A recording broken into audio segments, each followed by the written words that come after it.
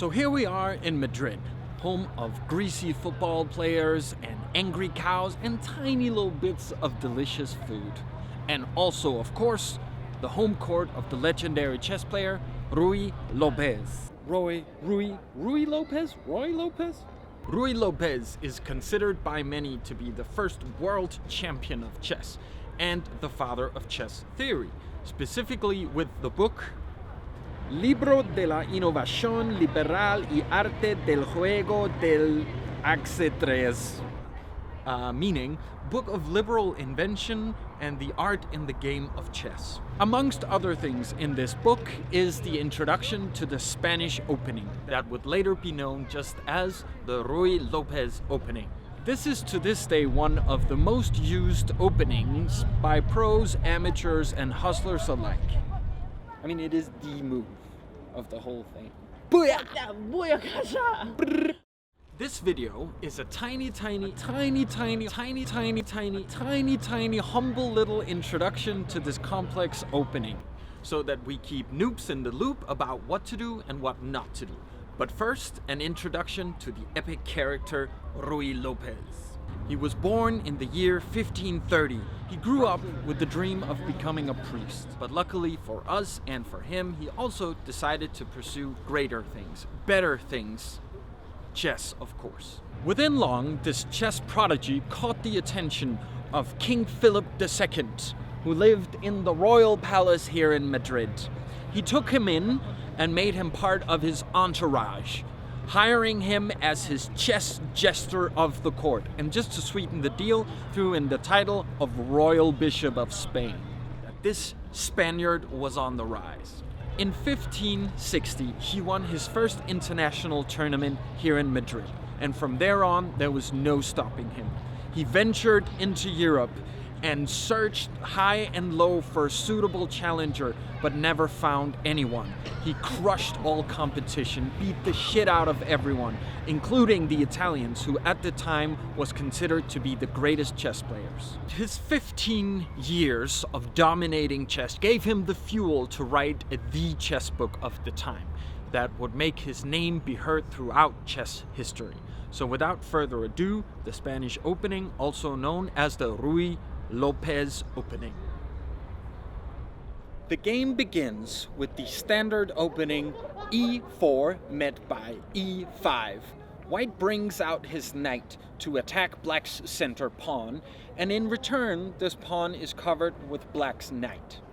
Now this is a very standard logical position, and I believe Ruy Lopez sat at home staring at the board and thought, what can I do to make this next move my move? How can I throw in some Spanish swag? How can I make this the Ruy Lopez opening? Being a bishop himself, the piece to move seemed obvious. The light squared bishop. But where to put it? It had to reflect his own style. Ruy Lopez traveled all over the world looking for action on the board. So it had to be aggressive, and it had to be all up in your face, and it had to be adventurous. Bishop to e5, seizing the initiative and putting pressure on black's Italian knight. Game on.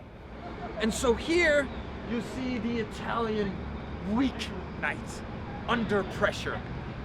Right in front of all the pawns you see here just standing around looking dumb. And hovering above is the mighty white bishop Ruy Lopez on top of this giant chess piece overlooking the board. Could be. No one knows. And this is, in fact, the Ruy Lopez position.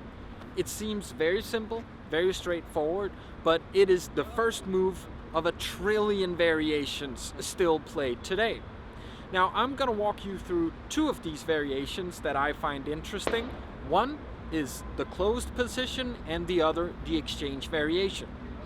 Both of these variations start by kicking this nasty bishop with this a-pawn, and he has to move back.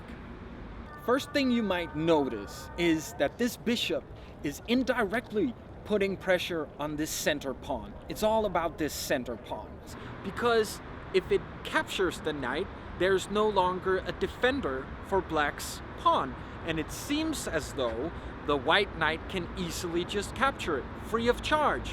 Go get it! But life is not always as simple. This is called the Ruy Lopez exchange variation, and it's actually a very common position. But straight off the bat, there is a blunder waiting to be made, because this pawn can in fact not be taken.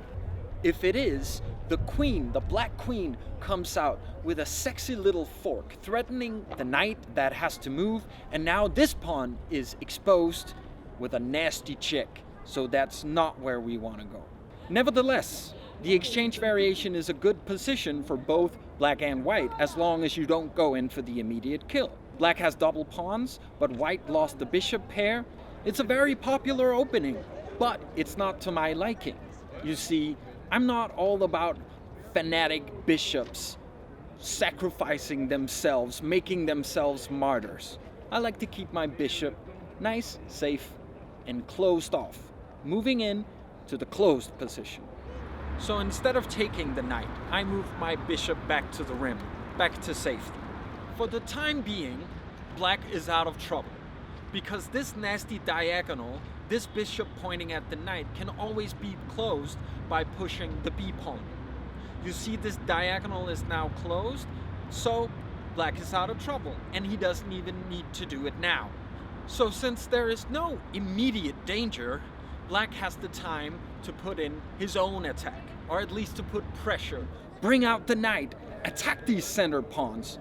These Italians are not just gonna lay down and die, they're gonna put up a fight. White actually has more time than you think, because he can easily castle, just put King Philip II behind the walls, and nice and easy establish some safety.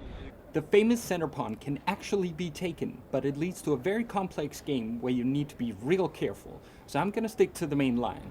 Black also kicks back, takes a chill, just moves this bishop up, getting ready for castling. Nice and easy. And now, white moves his rook out, claiming this delicious file. And here is the last detail that you need to notice to not get punished trying to get greedy with the center pawns. Because once the rook is on this delicious file, the trigger-happy bishop in the corner is now a real threat again.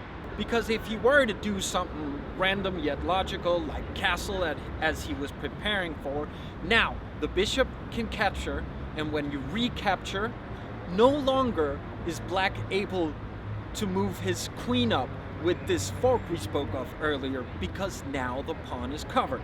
So black needs to do something about this threat. And as we spoke about earlier, he can throw in the b pawn, pushing the bishop back. I am looking good. You put your hair in your face in a crazy way. Fix that. There are many more moves to come in this variation, favorite variation of mine, but I'm gonna stop here, because this is the last instance where you need to be very, very careful to not let your greed for taking these center pawns get the best of you. These can seem like logical moves, but they're poisoned. But please do as Ruy Lopez, be adventurous. Please explore more variations of this wonderful opening. Personally, I'm very fascinated by, at some point, the white conquistador knights both jump around in a weird pattern, swinging over to the king side to attack. It's all very strange and all very interesting. But at least I hope these tips and hints will help you minimize the amount of blunders when you walk in the footsteps of Ruy Lopez, the adventurous bishop. So, good luck, and Outray Chess out. That was awesome.